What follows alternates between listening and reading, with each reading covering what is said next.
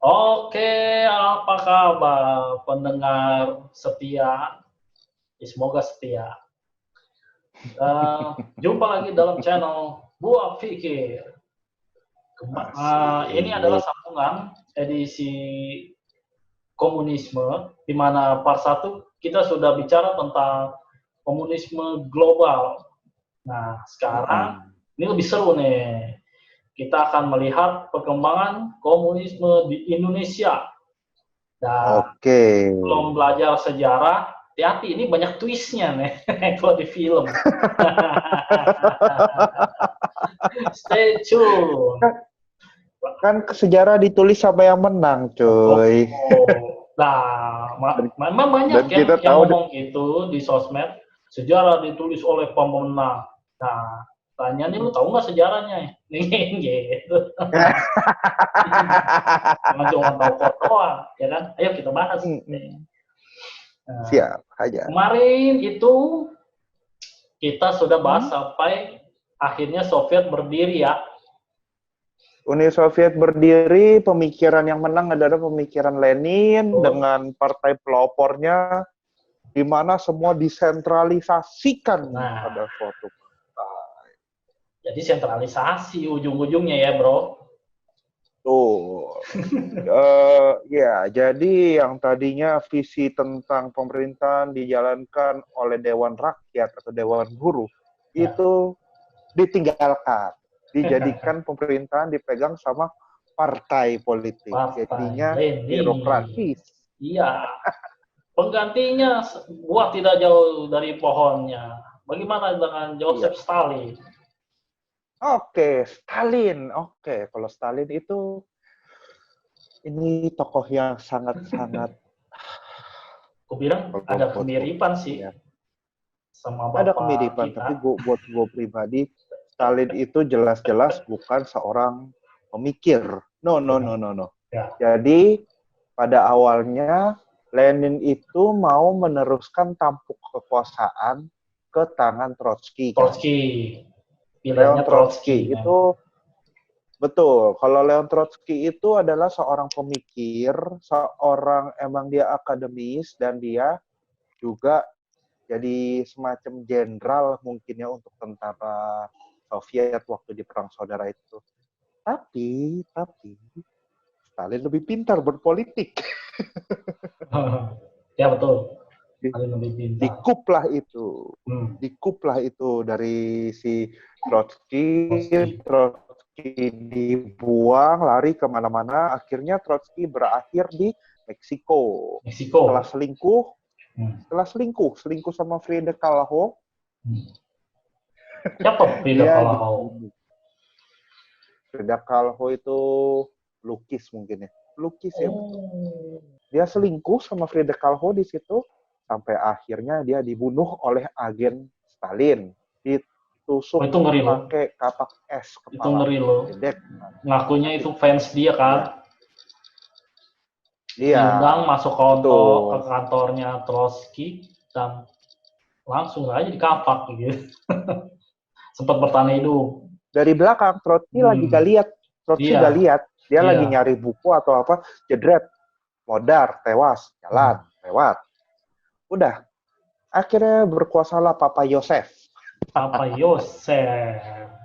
Yosef yang mengubah gerakan proletarian itu menjadi gerakan nasionalis ekstrim tapi rasa proletar.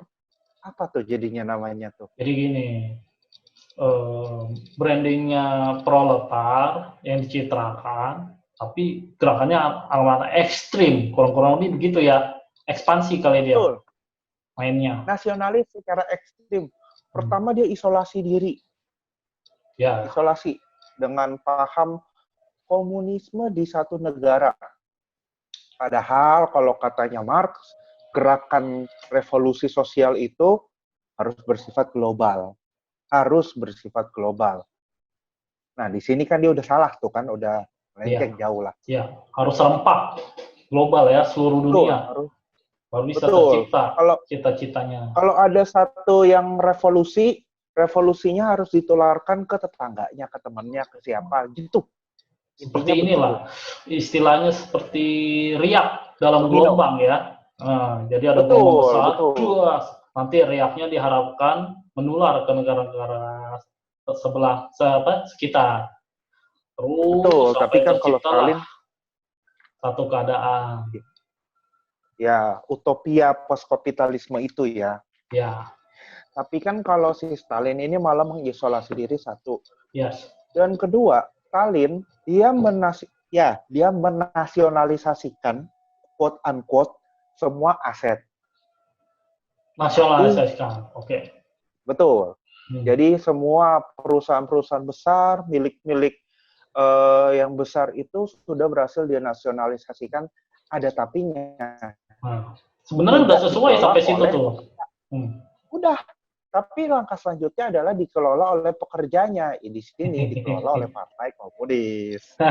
Direkturnya oleh anggota partai. Oh, saya mewakili rakyat kok.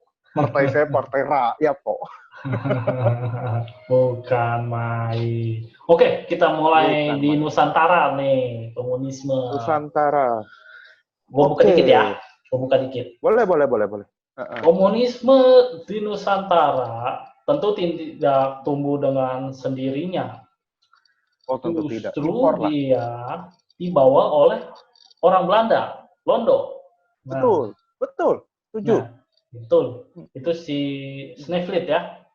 Henk Sneevliet. Henk Sneevliet, ya betul. Dia adalah anggota Partai Sosial Demokrat di Belanda situ ya. Partai Komunis lah di Belanda. Partai Komunis dia memang aslinya.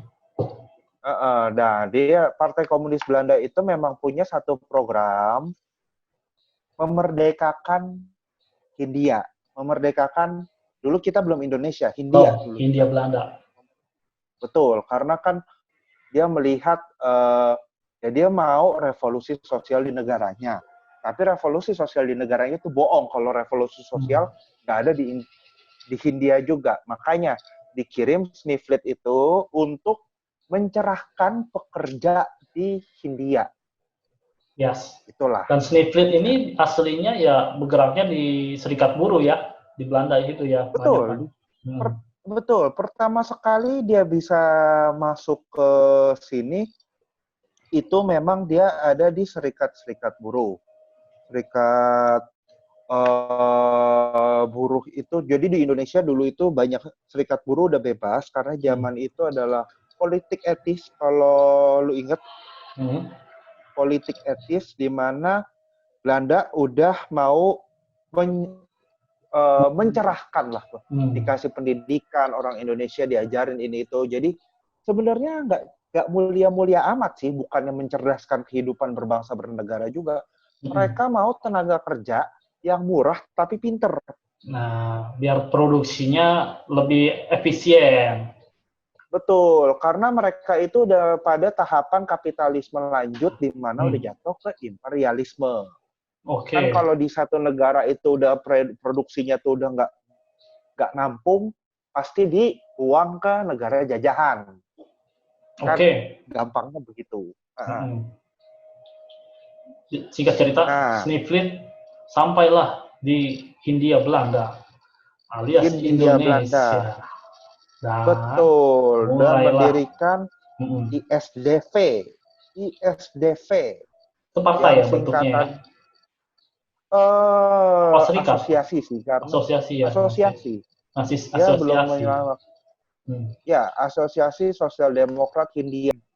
Nah, kenapa dulu itu namanya masih Sosial Demokrat? Sebelum revolusi Bolshevik itu sayap revolusioner dan reformis dari gerakan sosialisme itu yang kita bahas kemarin itu ada Bernstein, ada Lenin. Itu masih akur, nggak musuhan-musuhan banget gitu. Sampai akhirnya setelah revolusi Bolshevik bikin partai isinya orang-orang revolusioner semua, jadilah komunis dan Partai Sosial Demokrat dipisah. Tapi balik lagi ke si Sneevliet ini ya. Sneevliet itu ISDV, dia bikin ISDV itu Asosiasi Sosial Demokrat Hindia itu pusatnya ada di Semarang waktu itu, kalau nggak salah sih itu pusatnya pertama di Surabaya, terus pindah ke Semarang. Awal ya pindah ke Semarang. Nah, di Semarang inilah ada yang seru. Pentolan lokal. Seru, ini orang hebat nih. Ini orang hebat nih. Betul. Ini orang hebat. Di Semarang ada gerakan anti kolonialis, anti Belanda yang bisa dijadikan mitra untuk mencerahkan pemikiran rakyat. Kalau lo tahu, Serikat Islam namanya. Ups. How come? Serikat Islam bergabung dengan gerakan kiri. Gerakan kiri. Apa disusupi mungkin bahasa awam zaman kini ya? Mungkin, tapi kan nggak mungkin Sneflit masuk ke Serikat Islam secara dia ateis. Nggak mungkin, jadi nggak mungkin dia yang masuk. Penerus Sneflit yang masuk. Tokoh-tokoh komunis awal seperti Semaun. Nah, ini orang hebat nih, Semaun. Semaun, iya. Semaun itu orang. Terus bahkan ada Haji Misbah. Nah, ya. Ini sedikit catatan. Semaun itu tokoh kiri yang karirnya bisa cemerlang, itu dia yang gue tahu. Umurnya panjang, ya itu dia. Hebat, nggak seperti teman seperjuangannya. Ujungnya di ujung bedil biasanya. Iya, Semaun itu dosen ekonomi di Universitas Pajajaran. Dan dia betul ya? Akhirnya terpakai di kabinet Soekarno. Jadi wakilnya Hamengkubuwono di Bapeda. Ini hebat Semaun nih. Ya, pokoknya singkat cerita Semaun dan Darsono bisa masuk ke Sarekat Islam. Yang tadinya namanya Sarekat Dagang Islam ya. Koperasi Pedagang Batik. Itu ada untuk melawan imperialisme dagang kolonial. Dan waktu itu keturunan Chinese. Karena keturunan Chinese itu sangat-sangat disayang, sangat-sangat dielus oleh kolonial. Ya, Divide et Impera lah. Ya. Divide et Impera lah.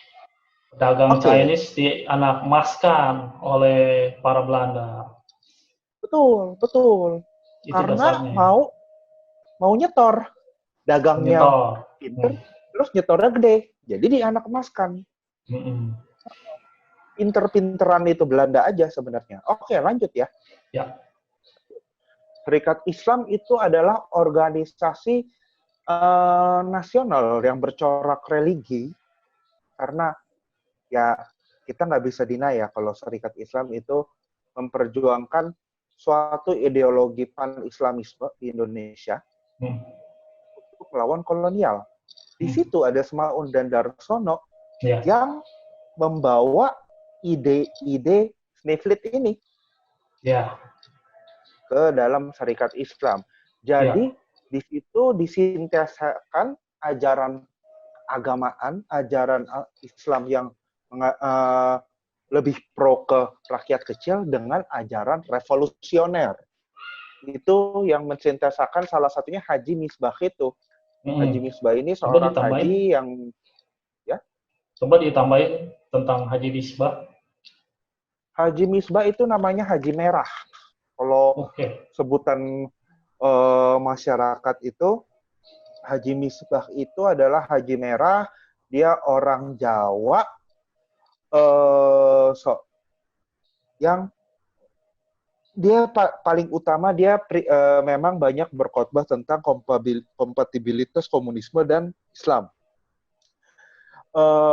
Dia itu pada akhirnya ditangkap oleh Belanda dan dibuang ke Papua. Waduh, Boven Digul. Digul, mungkin di Digul. Ya biasa dibuang ke situ. Ya, dibuang ke situ. Habislah udah namanya di situ. Nah, Haji Misbah ini sebenarnya menarik juga untuk dibahas karena dia itu juga ada hubungan sama Douwe Dekker. Douwe Dekker, oke. Douwe Dekker ada hubungan dan membuat partai namanya Partai Insulinde waktu itu. Insulindia tuh nama awalnya Indonesia. Dulu namanya Insulindia. Itu.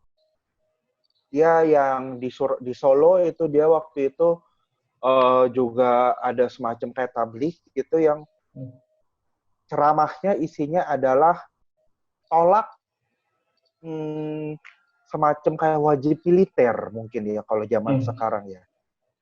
Gue kagak tahu kalau bahasa Indonesianya ini apa. Cuma semacam kayak ini sih apa wajib militer sama mobilisasi kali.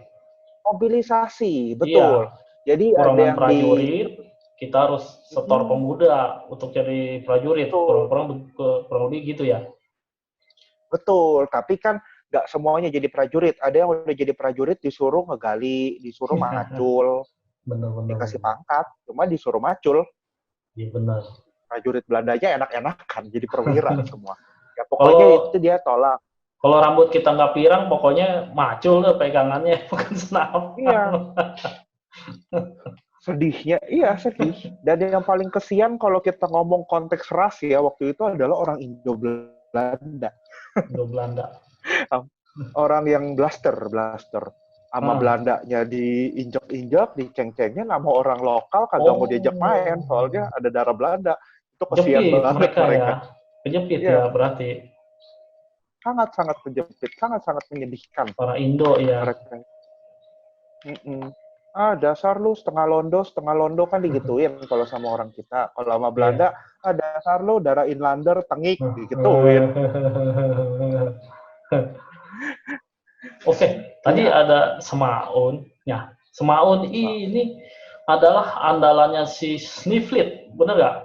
Untuk rekrut betul. Membesarkan paham dia di Indonesia. Betul. Sampai Sniflitnya udah nggak tahu kemana, udah meninggal mungkin. Semaunnya masih terus membesarkan paham revolusioner itu. Bahkan dia sempat diutus ya dalam Komintern itu ya, Komunis Internasional. Disitulah dia langsung ketemu Lenin sendiri loh di situ. Luar biasa. Betul. Oh iya betul.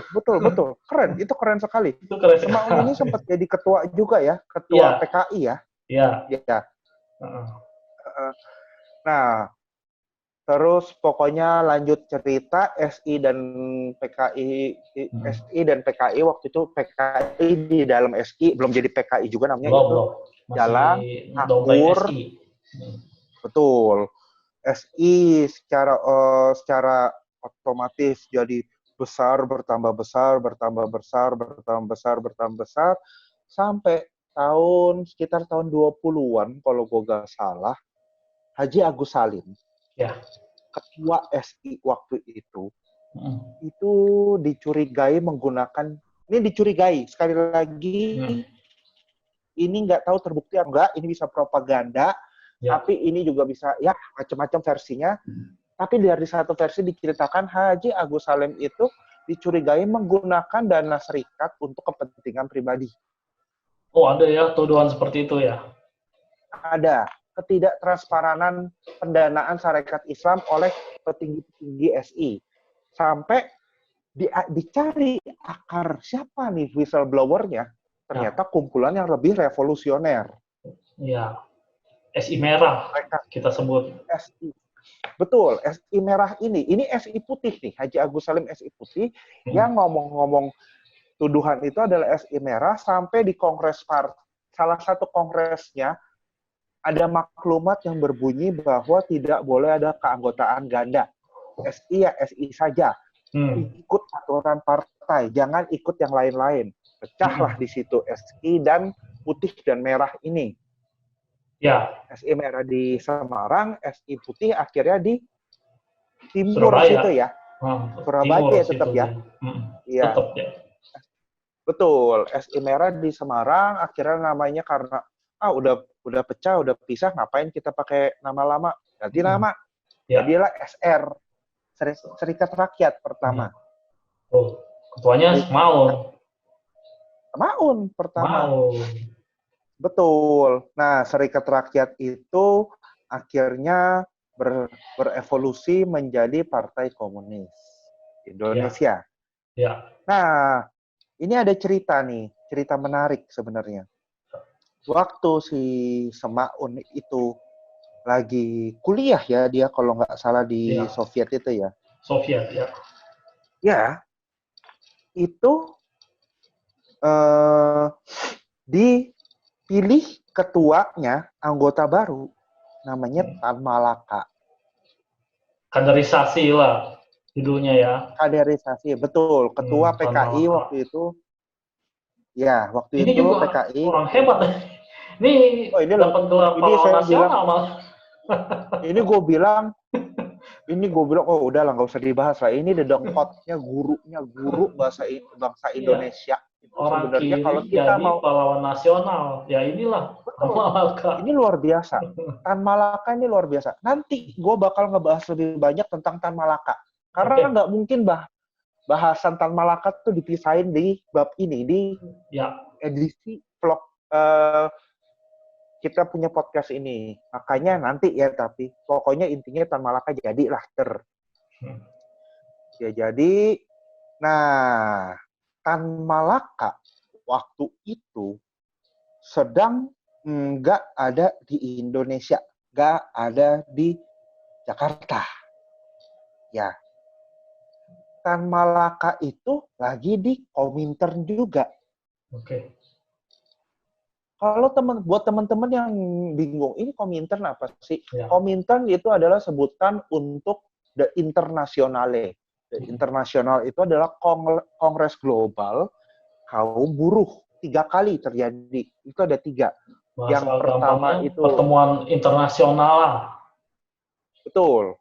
Kaum buruh. Yang pertama itu seluruh kaum buruh, seluruh elemen bertemu di situ. Itu masih zamannya Marx. Marx masih hidup. Akhirnya Marx di situ berantem sama yang namanya Bakunin.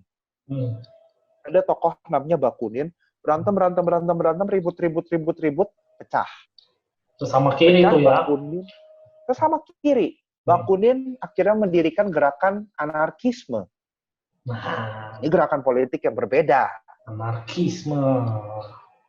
Post kapitalisme juga cuma beda. Kita bahas, pasti ada sesinya sendiri tentang anarkisme. Terus ada internasional kedua, di situ lagi-lagi ada split, ada beda silang pendapat antara partai-partai yang Bernstein, yang pro Bernstein, reformisme, sama partai yang lebih revolusioner. Waktu itu belum Lenin, Kautsky. Oke, Kautsky. Akhirnya masih angkatan Lenin sama ya? Masih, cuma Lenin nggak seangkatan. Cuma yang kepalanya kan waktu itu Kautsky di kaum revolusi itu. Ya. Akhirnya pecah karena silang pendapat tentang Perang Dunia Kedua.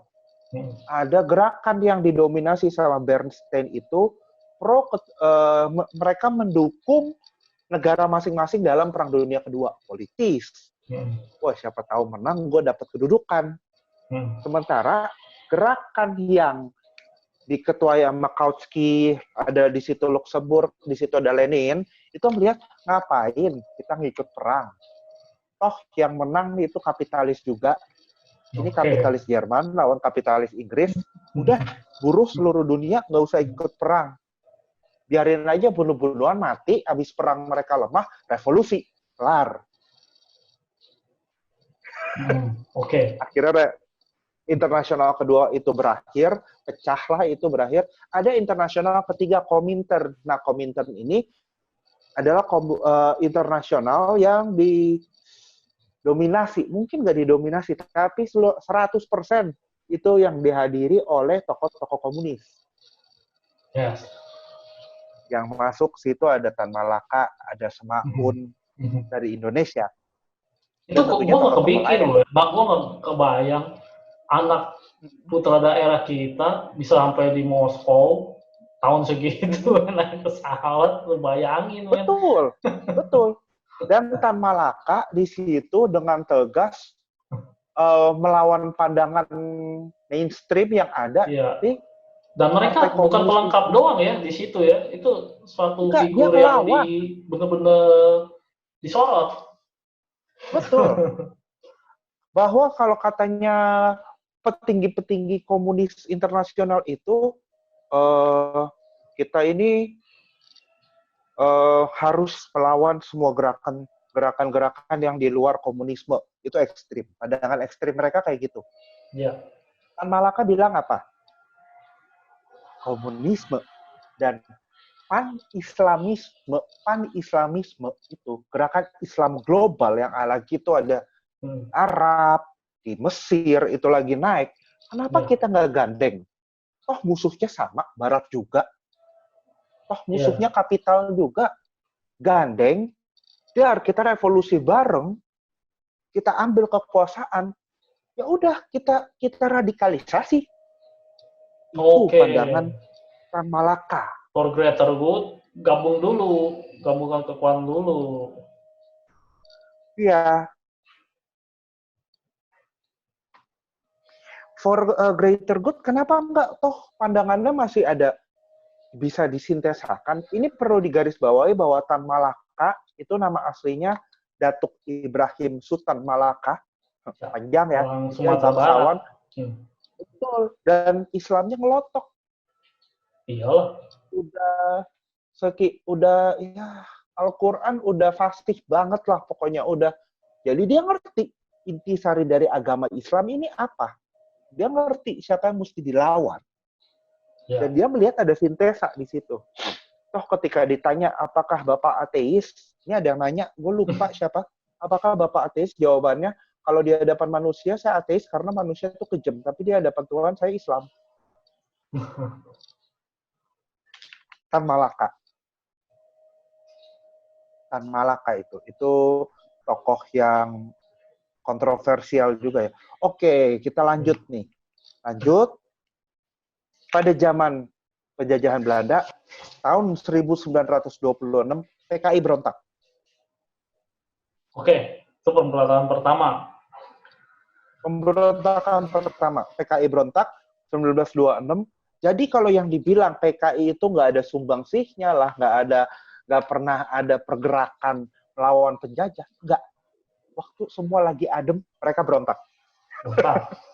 Tapi di situ sebenarnya Tan Malaka nggak setuju ya berontak pada saat itu. Tan Malaka nggak setuju, karena dia di luar negeri. Karena dia di luar negeri, dia telat dapat info. Intinya begitu. Karena belum ada email, semua masih kirim surat. Kira mereka nggak bisa komunikasi efektif, keburu berontak di sini. 2 hari itu pemberontakan habis. Tumpas. Betul, tumpas. Tidak terorganisasi dengan baik. Ya, habis, sudah, belum. Ini kita garis bawahi lagi, tahun 26 ini belum merdeka ya. Yang numpas itu belum. Belanda. Jadi PKI itu berontak terhadap Belanda. Itu dia. PKI jadi ilegal. PKI dilegalkan waktu itu. Jadi waktu Semaun balik ke Indonesia dari Moskow untuk jadi ketua PKI lagi, itu PKI jadi masih partai bawah tanah, underground. Partai yang dilarang. Mungkin statusnya sama, mirip-mirip sama dengan partainya Bung Karno, ya PNI ya waktu itu ya. PNI lama ya. Iya, itu. Mereka jadi partai ilegal. Nah, kita flash forward lah ya. Flash forward ke tahun 1945. Berarti mereka bawah tanah tuh selama kurang lebih 19 tahun ya? Ya, kurang lebih 19 tahun mereka jadi partai bawah tanah dengan diketuai Semaun itu sampai kita fast forward ke tahun 1945, Jepang menyerah. Jepang menyerah. Indonesia memproklamasikan kemerdekaannya, PKI balik. Ya. PKI balik. PKI balik. PKI itu akhirnya waktu itu gonjang-ganjing, revolusi nasional, Belanda mau balik, kita perang, kita juga masih dirongrong kekuasaan kita karena tentara kita kan waktu itu belum ada ya, kita adanya milisi kan. Ya, masih terpecah-pecah per daerah. Ya, betul. Dan PKI juga punya banyak sekali milisi kerakyatan yang di bawah yang menjadi underbow-nya PKI waktu itu banyak.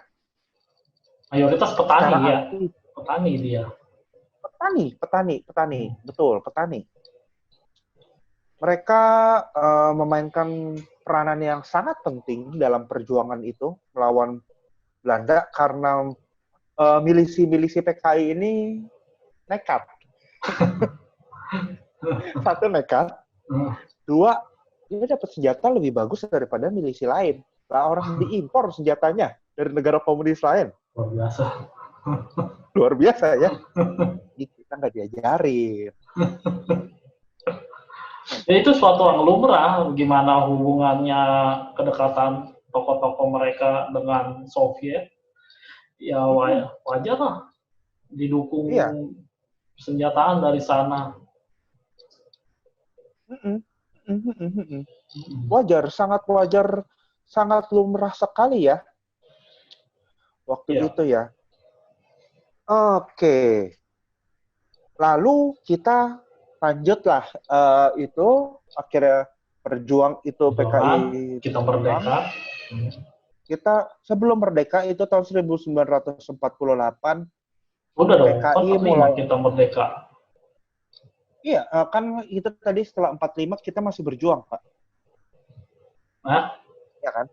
Oh, ini kan masih ada agresi. Ya. Iya. Nah, kita stop dulu di tahun 48, Pak. Ya. Tahun 48 itu Renville, betul. Tapi sebelum Renville itu PKI juga di internalnya ada regenerasi lah. Ya. Ada tokoh yang balik dari Soviet waktu itu, si Musso. Kalau ingat Musso, Pak?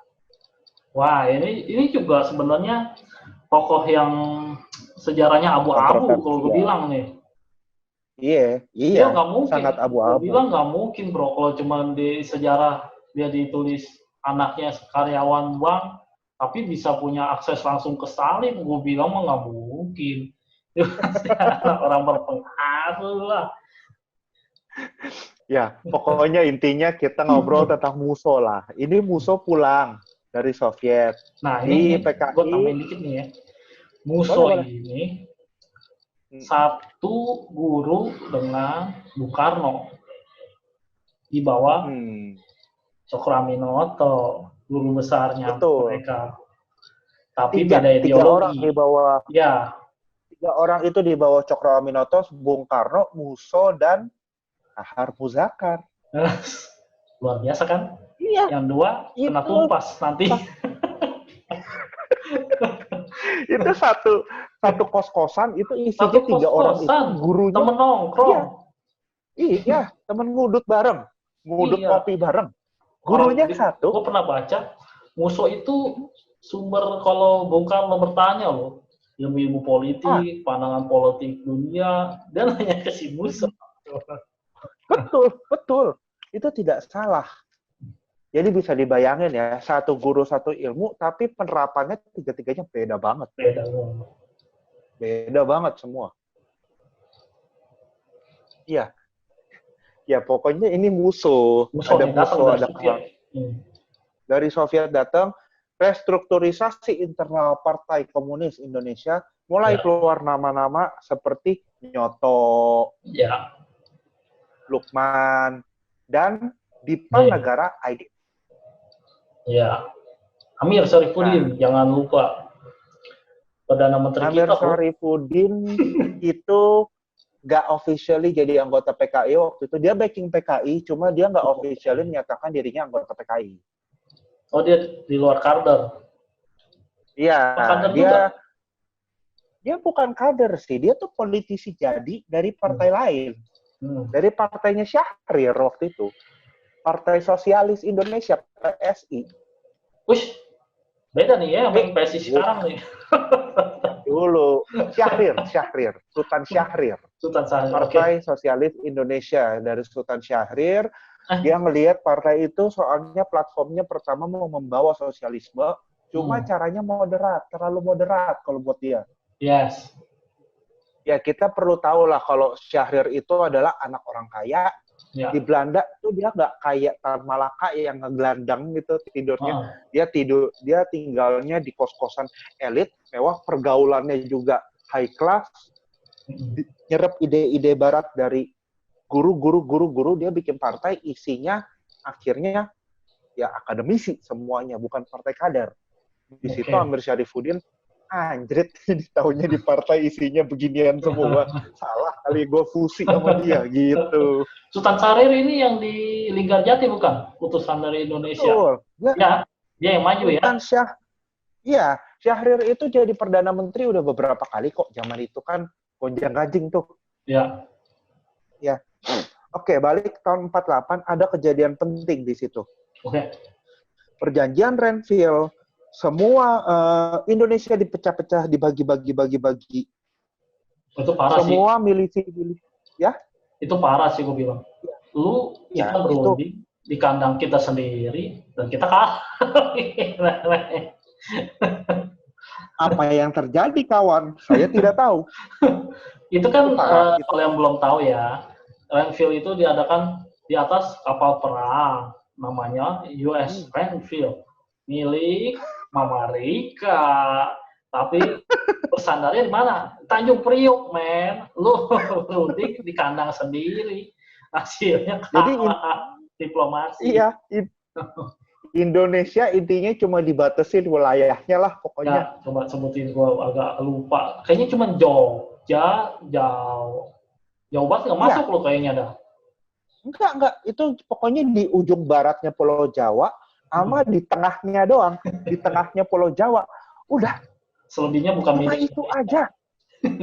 Selebihnya bukan milik kita, milik Belanda. Nah, Renville tuh 1948. Iya, 1948 ada perjanjian Renville di situ. Ada kayak banyak ketidakpuasan. Iya. Di situ kepercayaan terhadap Sultan Syahrir juga ngedropnya pada waktu itu. Karena kok apaan sih, goblok banget. Iya, makanya kan udah bilang, berunding di kandang, kalah. Ya pantas lah orang kuat. Iya. Nah, yang lebih parah, semua milisi non-TNI atau yang tadinya berjuang bersama-sama, ya, itu semua senjatanya mau diambil sama TNI. Oke. Mau kayak udah nih, perangnya udah kelar, senjata lu kemari semua. Yang jadi sasaran sebenarnya milisi PKI. underball PKI. Kenapa? Senjatanya bagus dari Soviet. And again, PKI akhirnya kalau menurut local sources, oke. Local sources, 18 September tahun 48 di Madiun, Busso dan Amir Syarifuddin memproklamirkan negara Republik Soviet Indonesia. Republik Soviet Indonesia. Dan ini gue bilang ini sih amunisi keblinger dari Musso kalau gue bilang. Tunggu. Ya. Ini kan katanya kata real national sources. Oke. Dari sumber-sumber yang resmi. Ya, sebenarnya kalau lo mau tahu pada waktu itu pemberontakan ini langsung dikecam sama PKI-nya sendiri. Paham nggak? Iya. Busso bawa tentang milisi-milisi yang nggak mau dilucutin senjatanya, dia ngeberontak. Sama Amir Syarifuddin, yang sakit hati karena partainya Syahrir ternyata isinya cupu. Ya. Iya Mas. Iya Mas. Second. Iya. Ya kita kan mungkin dia ngomongnya nggak even pakai bahasa Indonesia, mungkin ngomongnya pakai bahasa Belanda. Holland Spraker, pasti Holland Spraker. Itu kan suatu pride tersendiri. Betul. Ye mau apa kasih. Ya gitu lah. Verdome, Inlander. Pokoknya intinya. Benar. PKI langsung ngomong. Ngapain lu berontak-berontak lu? Pakai nama gue lagi. Kagak ada. Intinya begitulah. Jangan gila lu. Turun. Jangan bikin malu. PKI bilang begitu waktu itu. Dan gue baca juga Stalin perintahkan langsung ke Musso, udah lu underground aja, jangan pakai Firewall dulu. Tapi gue nggak ngerti. Betul. Karena adrenalin gue. Ataukah ini suatu framing, agenda setting untuk bisa melucuti jadi official? Kita nggak pernah tahu. Let history be history. Ya. Oke, pokoknya waktu itu ya kita tahu kelanjutannya bagaimana. Ya, Musso kena tumpas beserta Perdana Menteri kita, Amir Saripudin. Ya, divisi Siliwangi turun tangan. Yes. Udah nggak ada yang selamat, itu divisi elitnya Indonesia. Iya. Itu nggak ada yang selamat. Ribuan orang meninggal. Iya. 36.000 ditahan. Iya. Aidit sama Lukman kabur ke Cina. Nah, ini lucu nih. Di sini ada yang lucu. Kenapa setelah dia ngebrontak, PKI nggak di-ban? Iya, tetap di legal tapi nggak legal. Abu-abu gitu. Legal. Posisinya. Bisa. Betul, masih bisa beroperasi dengan baik. Jadi kan jelas, ini bukan pemberontakan PKI di Madiun. Ini pemberontakan Musso. Bukan PKI. Iya. Temannya Bung Karno yang keblinger itu. Yang blinger itu orang. Iya. Aduh. Gue pernah baca loh, ini satu fakta yang lumayan menarik. Ada yang bilang Musso itu anak dari seorang kiai besar. Nah. Namanya Ronggo Wijoyo. Dan ini desersi dari pasukan Diponegoro. Jadi Pak Kiai ini menikah 3 kali. Musso ini dari istri pertama. Oh gitu. Yes.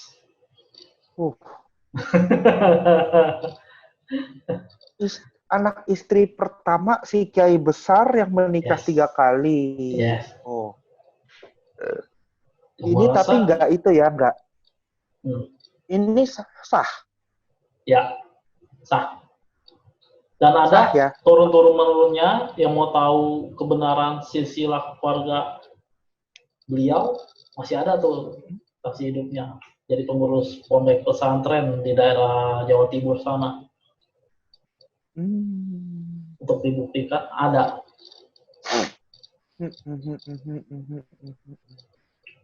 Ya pokoknya intinya kalau menurut gua sih kenapa Musso bisa salah langkah, karena Musso tuh Stalinis. Iya, beda sama Semaun.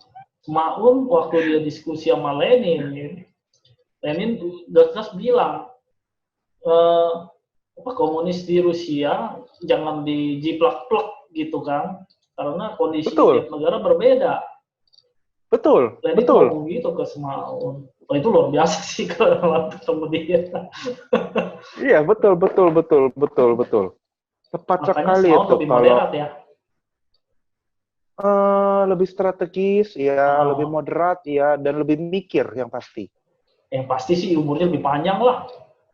Jauh.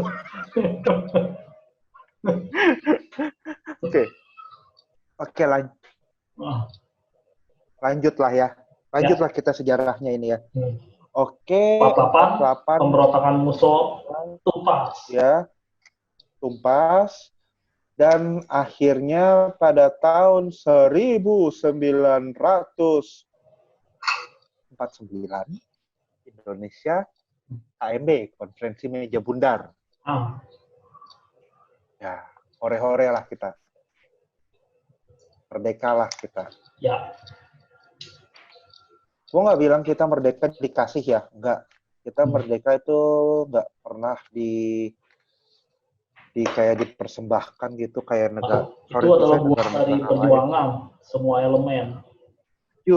Itu pure adalah di setiap goresan pena teks proklamasi itu ada tetesan darah pahlawan.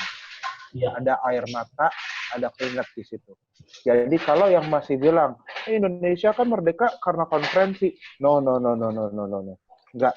Konferensi itu kita paksakan ke mereka yang adil, dengan sponsor yang adil, dengan posisi tawar yang adil, seadil-adilnya, dan kita menang. Dan yang terpenting pada momen tersebut, seluruh elemen anak bangsa bersatu. Itu benar-benar bersatu tuh demi meraih kemerdekaan. Front perjuangan. Ya. Front perjuangan. Masa itu kalau para pendengar pernah dengar ada front perjuangan, itu masanya semua elemen. Di situ ada Bung Tomo, di situ ada Pak Dirman, Jenderal Sudirman, itu kebiasaan manggil nama akrab beliau. Dan di situ benar-benar gak memandang apa garis kesukuan, apa garis ideologi, gak dipandang sama sekali. Ayo kita bersatu, ini pokoknya untuk merah putih. Untuk Republik Indonesia. Merdeka 100%. Yes. Dan ironis sekali, 17 Agustus 1949 itu adalah tanggal sampai hari ini kita diakui merdeka oleh internasional. Padahal kita memproklamasikan itu 45. Yeah. Jadi 4 tahun itu kita 4 tahun statusnya itu digantung. Digantung, benar. Digantung. Iya. Dibilang punya Jepang bukan, punya Belanda. Mau dibilang punya Belanda, Inggris datang ke sini dibom, itu malah jenderalnya mati kan. Dilempar granat itu mobilnya kan di Surabaya.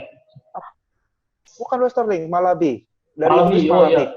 Kalau baru dia kasus dia ya habis itu ya. Ya, Westerling itu orang Belanda. Orang Belanda itu penjagal. Iya. Orang luka batin, sakit hati, marah-marah, jadi tentara, datang ke sini. Ya, udahlah, habis lah. Kelar dunia.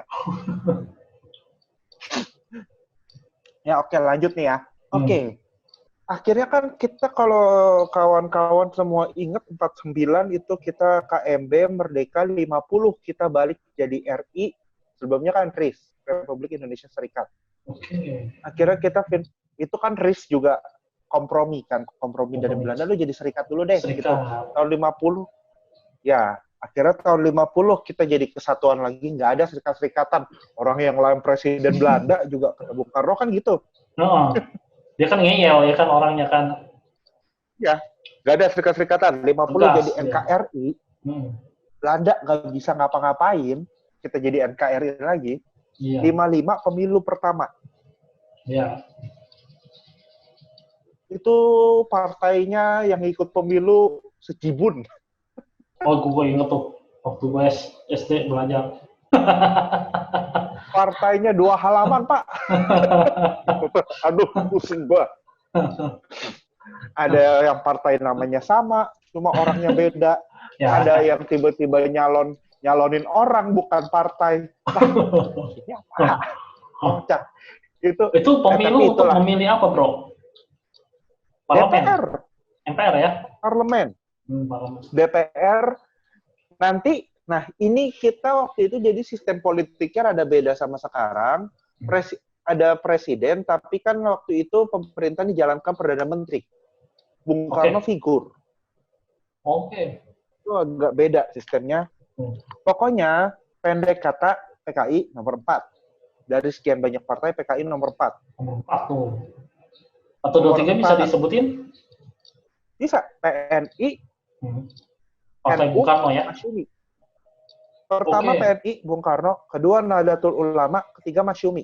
Keempat PKI. Itu. PKI itu dulu anggotanya tuh 2 juta. 16% suaranya yang dia menang. Dia menang 39 dari 257 kursi. Intinya begitu. Nah, oke lah, ini udahlah, dia udah akhirnya Indonesia udah merdeka. PKI ngapain habis itu? Apa yang terjadi? PKI itu pada tahun 56, 57, 58 itu lagi marak-maraknya program nasionalisasi aset asing. PKI paling depan.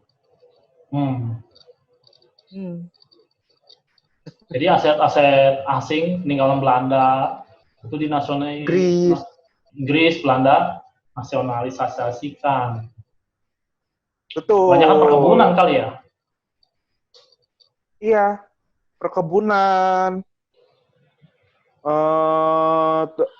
Pabrik? Ya apa ya? Pertanian. Pabrik kayaknya Indonesia belum terlalu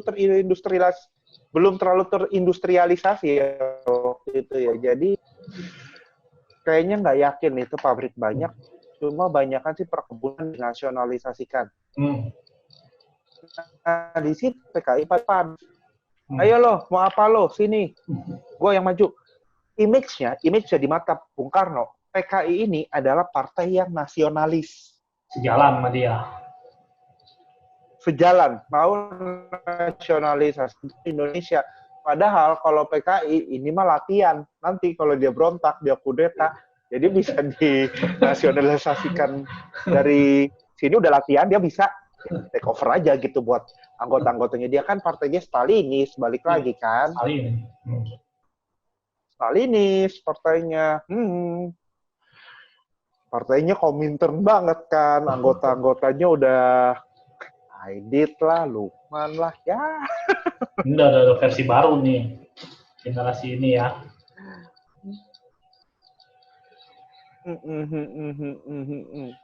Ya pokoknya intinya udah dia paling depan. Nah, menariknya pada tahun 1958 itu ada pemberontakan. 58, oke. Pemberontakan. Sumatera, Sulawesi bergejolak. PRRI kalau iya, ingat kan? PRRI Permesta. Ya, Permesta ya. Nah, lalu dia berontak. Ayo. Dasarnya apa ya? Kita tumpas dong, ya. Dasarnya katanya apa kekuasaan. Dasarnya kalau menurut mereka itu adalah ketidakpuasan dari petinggi-petinggi tentara lokal yang lihat semua kekuasaan tuh di Jawa, gitu. Intinya sebegitu. Tapi ternyata Bung Karno menumpas pemberontakan itu, ketahuan aslinya kenapa berontak. Ada cash flow begitu besar, ada senjata yang masif sekali itu, ada pesawat terbang bahkan yang dikirim oleh United States of America. Nah, sekalian Steve Rogers-nya dikirim. Masih dalam es, Pak. Masih dalam es, Pak. Aduh. Iya, belum. Lagian dia datang ke sini, lihat leak, kayaknya kencing-kencing dia. Anjing, apaan tuh? Gue gak bisa ada lawan begitu Anda. Beda di sini. Oke, pokoknya intinya, ya otomatis dong. Negara lu diobok-obok. Iya. Sama USA, sama negara lain. Ya. Lu ngejauh lah dari itu negara dan lu ngedeket lah ke musuhnya itu negara. Masuk akal? Otomatis. Dengan pemberontakan gagal itu yang naik namanya adalah PKI. Oke. Iya. Nah, sampai pada akhirnya pada tahun 1959, setahun kemudian, ini kelihatan Bung Karno ngebuka kongres partai. Oke. Bukan partainya Bung Karno loh, tapi dia yang ngebuka kongres partai. Udah sedekat itu pada tahun 1959. Bung Karno yang membuka kongres partai PKI. Betul, bisa dibayangin. Buat dapat-dapatnya. Presiden itu orang punya partai sendiri, yes, tapi bukan partai lain. Udah keren, itu udah bener-bener namanya naik, harum sekali, bintangnya cerah bersinar, gitu. Sampai pada akhirnya kalau kita ingat di tahun yang sama 59 itu kalau gua nggak salah bulan September dimulailah era demokrasi terpimpin, di mana demokrasi parlementer yang ada perdana menteri, semua tuh partai sikut-sikutan jadi pemimpin pemerintahan, dilibas. Jadilah demokrasi terpimpin, semua terpusat ke Bung Karno. Dan percaya atau enggak, itu adalah puncak pengaruh PKI di Indonesia. Ya. Tapi kalau kita mau ngomong itu akan jadi jauh sekali karena kita akan udah masuk era Nasakom. Oke. Nasakom. Ya. Itu gagasan jadi kayak tahun berapa tuh dicanangkan? Nasakom 60 ya? Oke, 60. Tahun 60. Iya. Ya, tapi nantilah kita lanjut di sesi selanjutnya lah kalau udah ngomong Nasakom. Kalau udah ngomong sesi Nasakom. Sesi 3 apa sih itu Nasakom? Kenapa bisa lahir Nasakom sampai PKI biar? Lanjut, apa ada kejadian menarik apa lagi nih sebelum sampai puncaknya? Film yang selalu kita tonton tiap tahun. Ya, itu banyak kejadian menarik itu dari tahun 60 sampai 65 tuh PKI sederet lah kejadian kelakuannya mereka lah. Iya, itu masa puncaknya dia udah kalau ada pemilu lagi dia menang kali. Orang dia dari di luar Soviet sama Cina, itu partai komunis terbesar. Kita nomor 3, saudara-saudara waktu itu. Setelah Soviet dan Tiongkok. Kita padahal nomor 3 kita di dunia. Sendiri bukan negara komunis. Iya, partai. Ini partai. Nah, mungkin tadi udah janji mau ngobrol tentang Tan Malaka ya? Yes, boleh. Ini kita habisin dulu nih sampai titik penghabisan. Oke. Biar nggak lompat. Iya, boleh. Tan Malaka sebenarnya pada era ini cepet aja sih, Sob. Boleh. Ya. Tan Malaka itu orang kiri, tapi dia ada di Komintern 2 kali, tapi dia bukan anggota PKI. Pada akhirnya bukan anggota PKI. Intinya, setelah pemberontakan pertama di zaman Belanda yang gagal itu, Tan Malaka resign dari PKI. Ogah dia. Hubungan sama partai yang isinya mungkin orang-orang hot-headed semua kali ya. Mungkin itu pemikirannya. Tan Malaka itu hidup terbuang dan terkatung-katung selama puluhan tahun. Yes. Dan dia nggak menikah ya?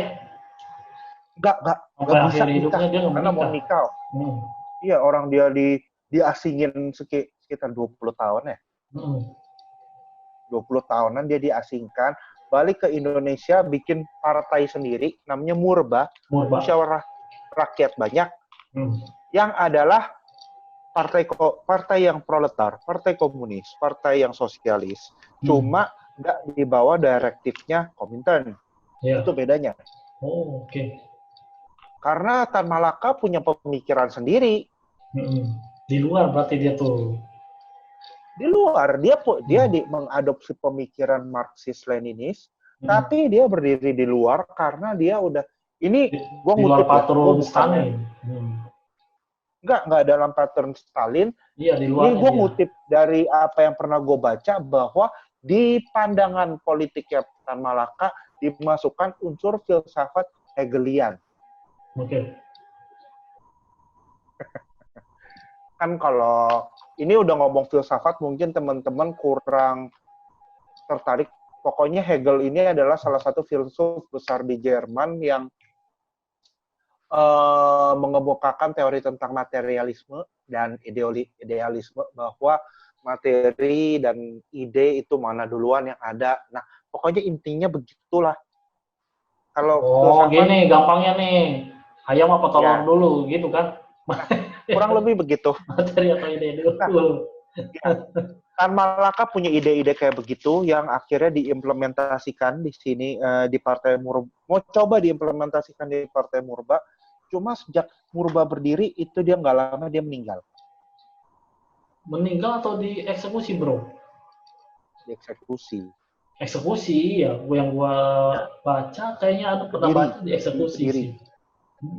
Di Kediri dieksekusi karena waktu itu ada dia dilindungin oleh pasukan gerilya yang bermusuhan dengan TNI. Oh, iya. Iya. Dan ya pokoknya waktu itu tuh banyak ketidakjelasan, banyak kekaburan.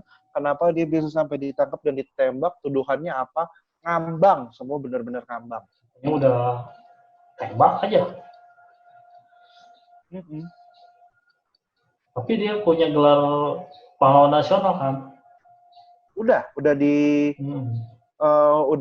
punya gelar pahlawan nasional sekarang ya. Iya.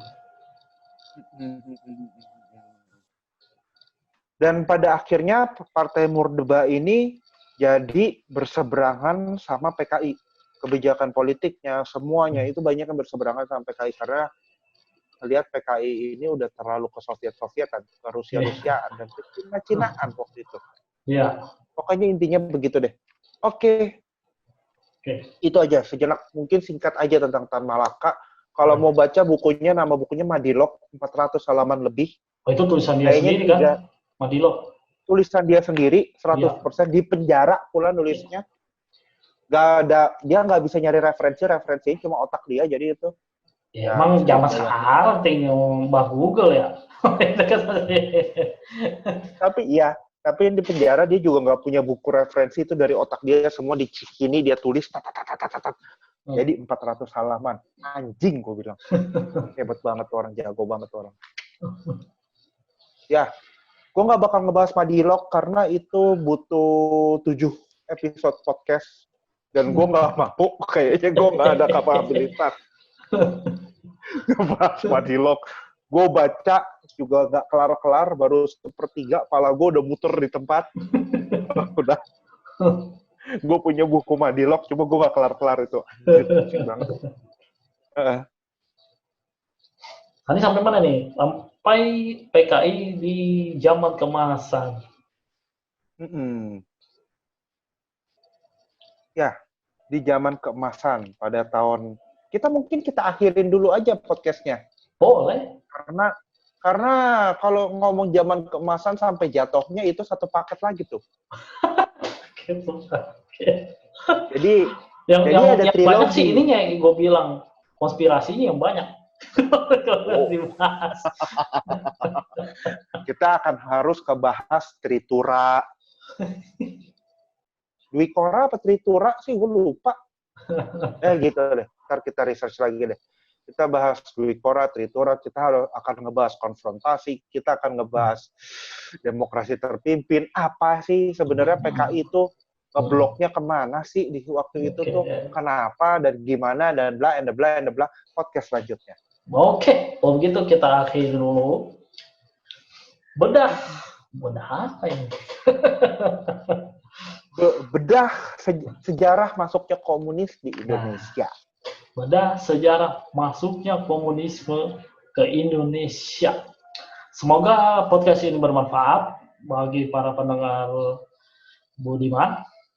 Sekian. Betul. Terima kasih. Sekali lagi, sorry, ini disclaimer notice. Kami tidak mempromosikan pandangan Marxisme dan kami bukanlah seorang Marxis. Tidak. Pokoknya intinya bangkitlah kaum yang terhina. Bangunlah kaum yang terhina.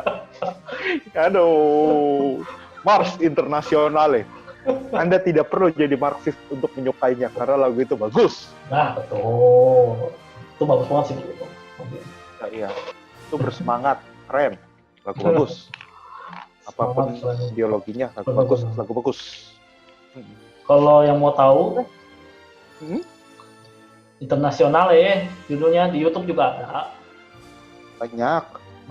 Dan jangan takut, Anda nggak jadi auto komunis kok. Lagu itu. Enggak. Ini lagu, karena lagu ini nggak cuma dipakai komunis, lagu ini juga dipakai serikat buruh, gerakan-gerakan sosialis, progresif, sosial demokrat, anarkis, banyak. Pokoknya. Semoga menambah pengetahuan Anda sedikit banyak tentang komunisme yang sebenarnya. Singkat kata begitu dulu. Ya, yang versi kita lah ya. Yeah. Versi kita menurut kita lah ya, dari berbagai sumber yang menurut kita bisa dipercaya. Iya. Kalau lu mau bilang ini keliru, ya silakan. Ya. Gue sini bener. No problem. Buah pikir. Iya, pakai gue, pikir-pikirin gue. Iya. Pokoknya intinya di yang ngedengerin buah pikir, jangan biarkan orang lain mempengaruhi pikiran Anda. Saatnya Anda berpikir untuk diri Anda sendiri. Nah, kalau kita kutip dari Descartes kan, kamu ada karena kamu berpikir. Gua rasa itu quote. Kamu berpikir maka kamu ada. Ya, kamu berpikir maka kamu ada. Kembali gue juga. Gua rasa itu quote yang cocok untuk menutup sesi kita kali ini. Sampai jumpa